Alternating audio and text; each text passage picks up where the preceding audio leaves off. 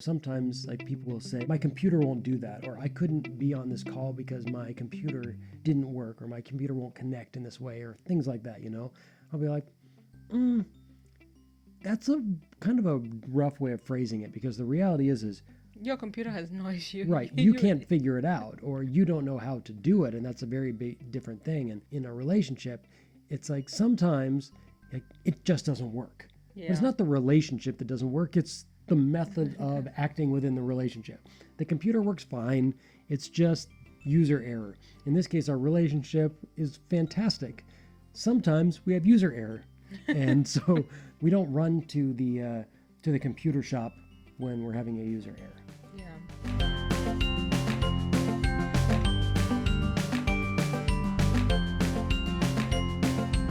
Hello, welcome to this week's episode of the Interracial Couple podcast. My name is Sarah. And I am Matthew. This week, we are continuing our Lover's Journal journey. So happy that you are with us. This has just been a wonderful journey to be going through. There are times where doing this journal and then sharing it with the public has been pretty revealing, at times uncomfortable, but also like true and honest and authentic, which has made some of the pain in some ways, I want to say, of putting it all out there actually worth it, because there is something about just going ahead and saying, this is how it is for me.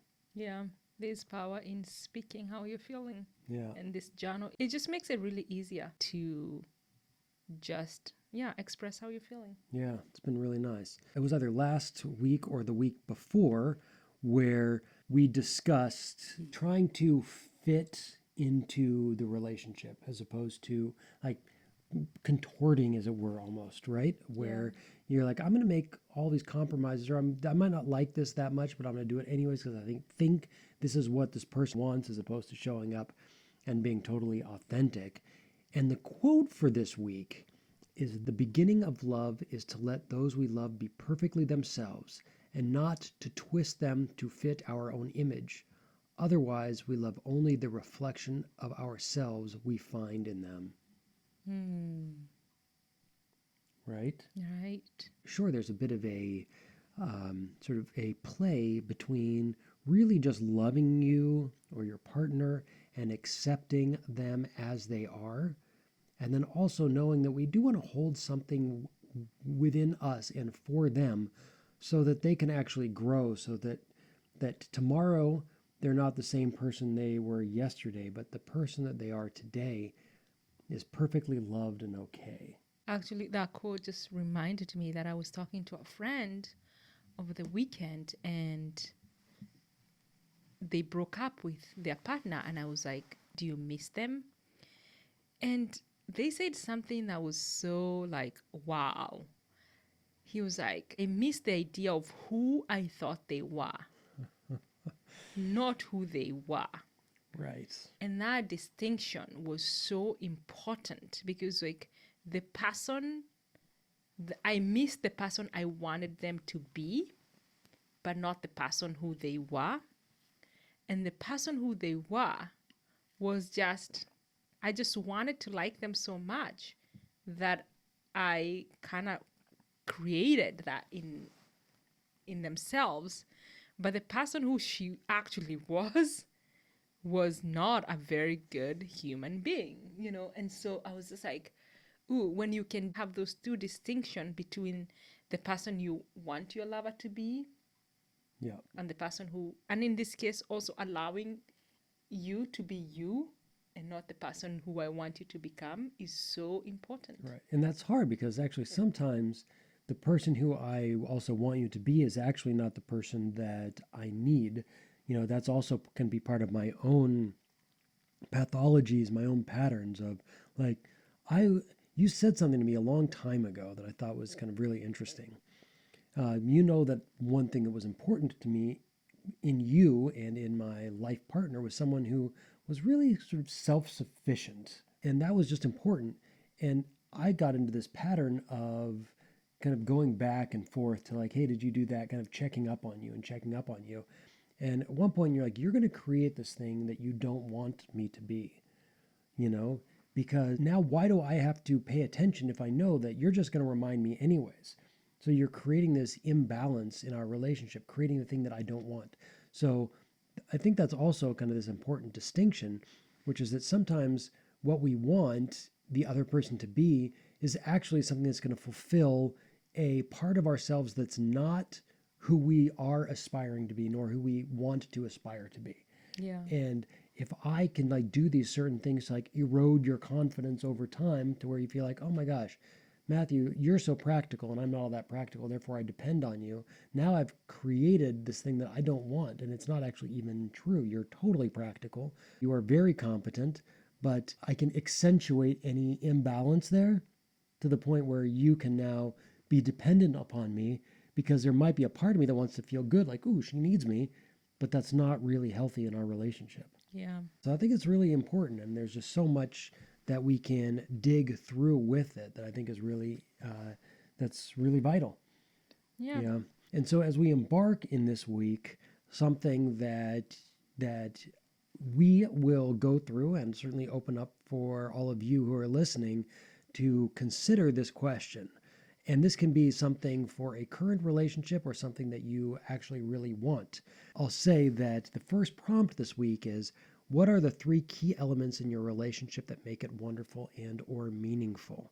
You know, going into our relationship, one of the things that worked so well for me is that I was clear what was important to me before we got together. And some of that was through writing down and journaling what are the elements. And we picked 3. But I actually put down, if I remember correctly, this is years ago now, but there were maybe about 12 elements that I wanted to have in my relationship. I remember it being 10. Could have been 10. Yeah, you could be right. I remember it being 10. Mm-hmm. And I think like 7 were like a must. Well, yeah, I mean, honestly, like, there is certainly that piece of, wait, I'm not going to be able to, I found the closest thing to a unicorn, but the idea that, like, I'm not looking for perfection. I'm not looking for like checking the boxes, but also being aware really what was important to me. Yeah. And I think that is so important. Like people go into relationship not knowing what they want, you know, Right. and it's, anything else. Like you should, I'm now even starting to get that to that point is like when I make a phone call, is like I ask myself, like, why am I making this phone call? Like, Right. what do I want out of this phone call? If it's to a friend, do I just want to check up on them, And for the same reason is like, it's really good to know, even now, as like how I want our relationship to be, is something that I need to be like very clear about, because then I make choices every day towards that. Right. So Really nice. yeah. So then for you, like why don't you share the key elements in your relationship that make it wonderful and meaningful? So one of them is like respect. And it's not respect in the way that, like when I was writing it, I was thinking like, what do I mean by respect? It's respecting your point of view, because sometimes we have different point of views. We don't see things the same. We come from different cultures. We have different genders. We're just 2 different people. And sometimes our point of view don't necessarily line up. Mostly our values and perspective are very similar. But one of the things like I am choosing every day is that I will respect your point of view. I don't necessarily need to agree with what you're saying, but what you're saying is important. And that, like when I was journaling about it, I was like, this is something that I need to be conscious of. And it's really important to keep our relationship meaningful and wonderful, is like at all points, I'm open to listening to what you have to say and valuing what you have to say, even when I don't agree with it. Very nice. Yeah. So that's my commitment to making this relationship to keep being wonderful and meaningful. And that is not like, I have to choose that every day, because to be honest, you're wrong most of the time. I couldn't argue with that. And you're right Sometimes.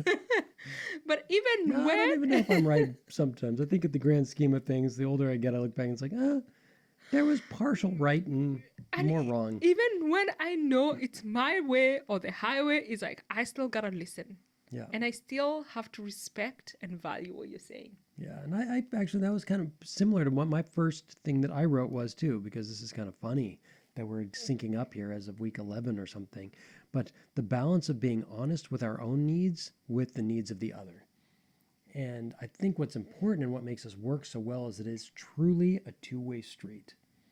If it wasn't a two-way street, it doesn't work because at one point, one person ends up just giving a little bit too much. If one person's needs are constantly taking precedent, then it's really not going to be healthy. Yeah. But if there's a real balance, and it was the balance. So there's actually kind of similar to what you just shared. Yeah. Or there's a relationship to those two things anyways. So my second one. Oh no, you share your second one. My second one? Okay. I put this, I've been in men's groups, and you have been in women's groups. Yeah. And together we have done self-development, personal development work, including Landmark, which we did together. And I think those were really key. That we actually had a place that we could go for just to really be exploring ourselves. Now, we were both in relationships when we were younger. And one of the things that I knew in my younger relationships was I didn't know myself as well, and so as far as a key to the relationship, one of those keys is the more that I know myself, the more I'm also okay giving something up. Yeah. If I'm uncertain and I have to give something up that I feel is really important to me, and by giving that up, I feel like I'm giving up a part of myself, then making any kind of compromise or whatever is just really, really difficult. But if I'm like, you know what, I could spend, you wanted to move to Kenya, and I'm like, fine, I'll go, let's move to Kenya. That's not a problem for me to move to Kenya because I'm not giving up. I'm not like losing myself. I'm not losing my life. We can live a certain way, even if it's like, we're going to have dinner at this time because I want to have breakfast at one time and you want it another time or whatever that is. I can try that for a year or two and it's not going to change who I am. So I feel like... Because you already know who you are. Right. So that has something to do with age, but it also has to do with the effort that came in. And around the time we met, you had done a lot of women's work. I had done some men's work and continued to do more. And then we did this work together. And, you have a place to go and talk to other women who are not there to make you feel better about yourself, but to help you to uncover your own truth. So therefore, you couldn't actually go and say, oh my gosh, Matthew is being so blah. And they're not going to be like, oh my God, yeah, anti-Matthew, pro-Cera, anti-Matthew, pro-Cera. Instead, it was like, let's try to understand this. And therefore, like, I love that you go and talk to your girlfriends. Yeah. And a lot of those people are people that you were connected to through your women's work, because I know that none of them are ever going to like turn around and want to take a crap on me. No. Because that's too easy. The hard part is to say, I'm going to make a stand for your greatness, and your greatness is not bashing the guy that's not here. It's actually saying, let's understand what we can from his point of view. Let's see what can you do within it. And so I feel like our men's group, women's group, and Landmark / personal development work is a major, major key element in a wonderful relationship that we have. I love self-development work just because it helps me understand myself, So what I did, and I think it almost it's very similar to that. I was like, how we allow each other to be vulnerable. Like, you've seen me at my worst.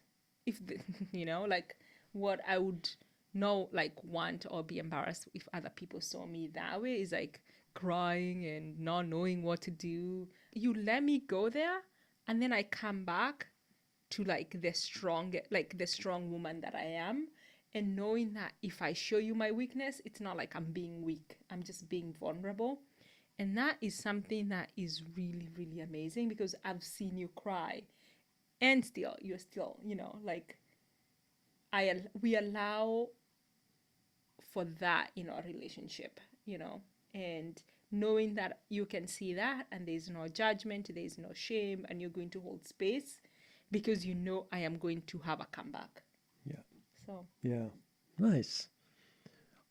my number 3 was we don't try to please each other, but we're willing to upset the other. So it's like I can take the risk, you know, I can take the risk to make a mistake in our relationship. So it's not about pleasing you, it's about being authentic. And sometimes being authentic means I want something that you really don't, or what's really important to me is really the opposite is important to you. Yeah. And if I hold that in a way where I can find resentment, then it's going to come back and bite me. So I don't need to please you. And there are times where I don't. And sometimes we fight because you don't please me or I don't please you. And that's okay. And it's not a referendum on our compatibility or on our relationship. It's simply part of the process of growing and learning. And how do we fit in this life together? And it's funny, I'm fairly technically savvy. And so sometimes like people will say, my computer won't do that, or I couldn't be on this call because my computer didn't work, or my computer won't connect in this way, or things like that, you know? I'll be like, that's a kind of a rough way of phrasing it, because the reality is your computer has no issue. right, you can't figure it out, or you don't know how to do it, and that's a very big different thing. And so I think, and I'm just using that as in a relationship, it's like sometimes like, it just doesn't work. Yeah. But it's not the relationship that doesn't work, it's the method of acting within the relationship. The computer works fine, it's just user error. In this case, our relationship is fantastic. Sometimes we have user error. And so for my number 3, it's really that the user error is okay. You know, we don't run to the computer shop when we're having a user error. Yeah. My number 3 was we do things together. We work out together.